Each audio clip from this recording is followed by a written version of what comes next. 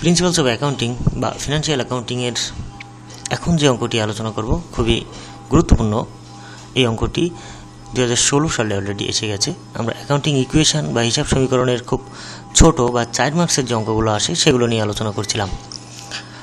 আচ্ছা, দেখুন এখানে বলছে MLS company had the following assets and liabilities on the date indicates December 31 total assets and total liabilities. এখানে বলছে কি তারিখ অর্থাৎ 2008 সালের কিছু টোটাল অ্যাসেটস এবং টোটাল লায়াবিলিটিস দেওয়া আছে। 2010 সালের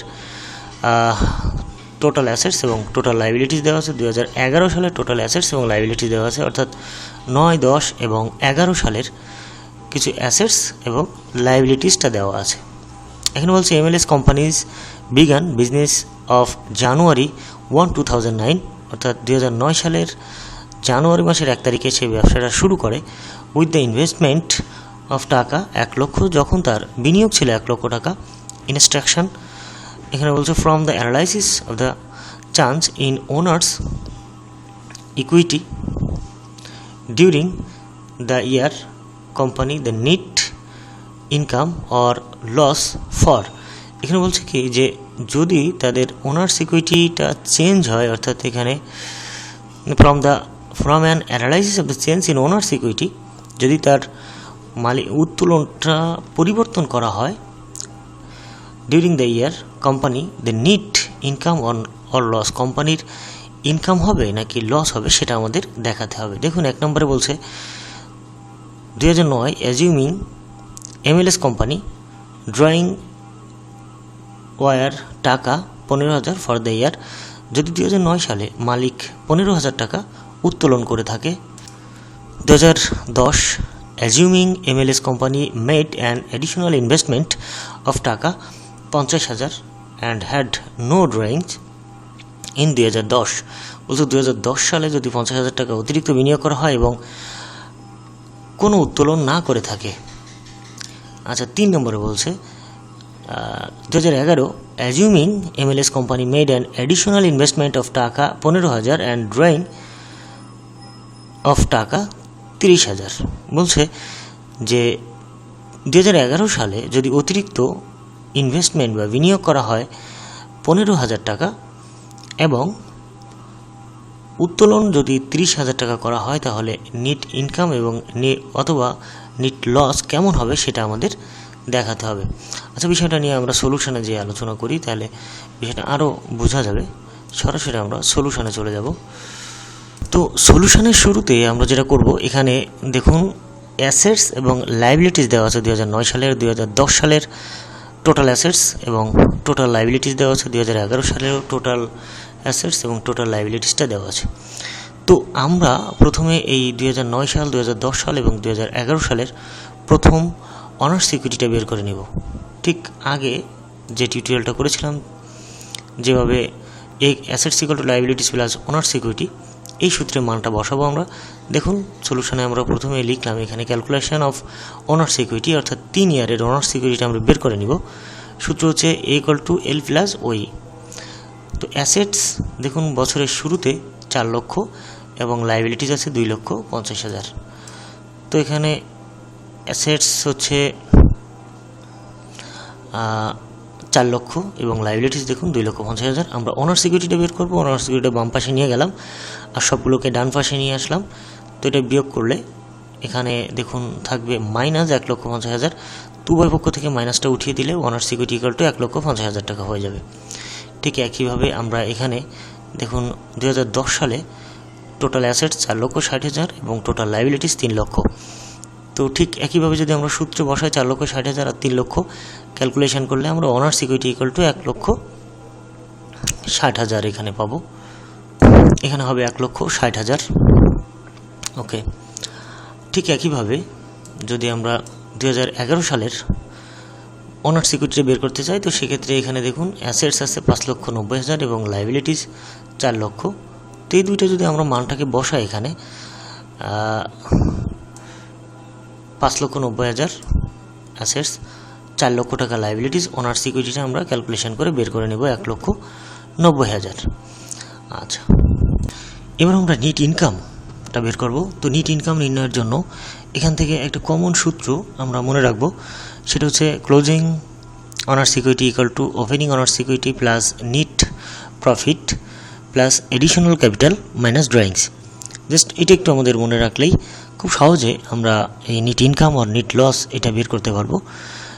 closing honours equity equal to opening owners equity plus NEET profit plus additional capital minus drawings. আচ্ছা, এবার আমরা সর্বপ্রথম দেখব যে 2009 সালেরটা কীরকম।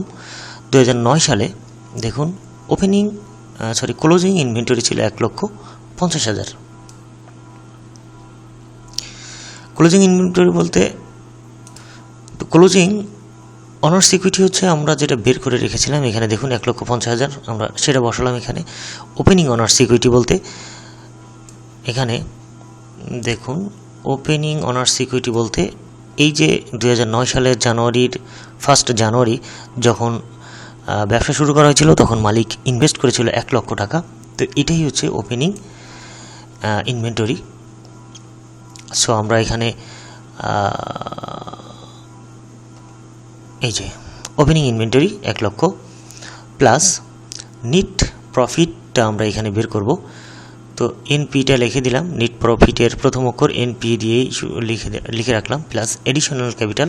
দেখুন 2009 সালে কোনো অতিরিক্ত বিনিয়োগ ছিল না। 2009 সালে অ্যাজিউমিং এমএলএস কোম্পানিজ ড্রয়িং উত্তোলন ছিল 15,000, কিন্তু অতিরিক্ত কোনো বিনিয়োগ বা ইনভেস্টমেন্ট এখানে ছিল না। তো যে কারণে 2009 সালে আমরা অ্যাডিশনাল ইনভেস্টমেন্টের বা অ্যাডিশনাল ক্যাপিটালের স্থানে আমরা 0 লিখব এবং ড্রয়িং ছিল 15,000, আমরা ড্রয়িংসের স্থানে জাস্ট 15,000 লিখব। এবার যদি আমরা এটাকে ক্যালকুলেশন করি, যেহেতু আমাদের নিট প্রফিট দরকার তাই নিট প্রফিটটাকে বাম পাশে নিয়ে আসবো, সবগুলোকে আমরা ডান পাশে নিয়ে ক্যালকুলেশন করলে আমরা নিট প্রফিটটা পেয়ে যাব 65,000। তো ঠিক একইভাবে আমরা যদি 2010 সালেরটা বের করতে চাই, তো সেক্ষেত্রে সূত্রটা ঠিক থাকবে। ক্লোজিং অনার্স ইকুইটি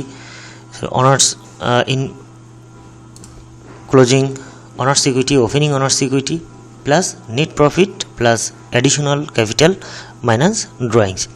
তো এখন ক্লোজিং অনার্স ইকুইটি আমরা যেটা বের করেছিলাম 2010 সালে, দেখুন এখানে 1,60,000, আমরা ঠিক সেটাই লিখব 1,60,000 equal to opening owners equity যেটা আমাদের অঙ্কের শুরুতে দেওয়া ছিল,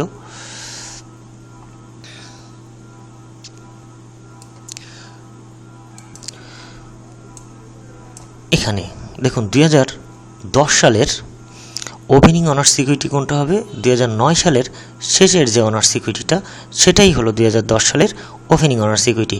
তো 2009 সালের শেষের অনার্স ইকুইটি ছিল 1,50,000। তো যে কারণে আমরা 2010 সালের ওপেনিং অনার্স ইকুইটি লিখব 1,50,000 প্লাস নিট প্রফিট নাকি নিট লস সেটা আমরা এখনই বুঝতে পারছি না, প্লাস এখানে দেখুন এডিশনাল ক্যাপিটাল ছিল আমাদের 50,000। আর এই দ্বিতীয় 2010 সালে দেখুন এখানে কোনো উইথড্র ছিল না বা ড্রয়িং ছিল না, এখানে বলছে হ্যাড নো ড্রয়িংস ইন 2010। 2010 সালে কোনো উত্তোলন নেই, তাই আমরা উত্তোলনের স্থানে লিখব 0। দেখুন এখানে আমরা অ্যাডিশনাল নিট প্রফিটটা যোগ করব, নিট লসটা আমরা বিয়োগ করব। এখানে নিট লস কেন হলো, দেখুন এখানে ওপেনিং অনার্স ইকুইটি 1,50,000, অতিরিক্ত বিনিয়োগ করা হয়েছে 50,000, মোট হচ্ছে 2 লক্ষ টাকা, কিন্তু ক্লোজিং ইনভেন্টরি 1,60,000। সুতরাং আমরা বুঝতেই পারছি যে 2010 সালে আমাদের নিট প্রফিট হয় নাই, নিট লস হয়েছে। এখানে যদি আপনি নিট প্রফিট ধরে ক্যালকুলেশনটা করেন তাহলে দেখবেন নিট প্রফিট ইকুয়াল টু -40,000 চলে আসবে। তো যেহেতু -40,000 সেহেতু এটা অবশ্যই নিট লস। তো আমরা এটা শুরুতেই আমাদের সূত্রটা যদি এভাবে লিখে নিই যে opening owners equity minus net loss plus additional capital -0। তো নিট লসটা যখন আমরা বাম পাশে নিয়ে আসবো তখন এটা প্লাস হয়ে যাবে। অর্থাৎ এখানে দেখুন নর্মালি যদি আমরা এডিশনাল ইনভেস্টমেন্ট নিট প্রফিটটা বাম পাশে নিয়ে আসতাম তাহলে এখানে মাইনাস হয়ে যেত, পরবর্তীতে আমরা উভয় পক্ষ থেকে মাইনাসটা বাদ দিয়ে প্লাস করে নিতাম। কিন্তু এখানে যেহেতু শুধু এক পাশে মাইনাস হয়ে যাচ্ছে, তো এখানে দেখবেন যে ঋণাত্মক চলে আসবে যদি এখানে অ্যাডিশনাল প্রফিট ধরে করেন। তো এই জন্য আগে থেকে আমরা একটু দেখে ফেলবো। এখানে দেখুন ওপেনিং অনার্স ইকুইটি আছে 1,50,000 এবং অতিরিক্ত বিনিয়োগ ছিল 50,000, যোগ করলে আমরা 2 লক্ষ টাকা পাবো এবং ক্লোজিং ইনভেন্টরি দেখুন এখানে 1,60,000। সুতরাং আমরা আগেই এখানে নিট লসটা করে নেব, মাইনাস নিট লস করে ক্যালকুলেশন করলে সরাসরি নিট লসের পরিমাণটা আমরা পেয়ে যাবো এখানে 40,000।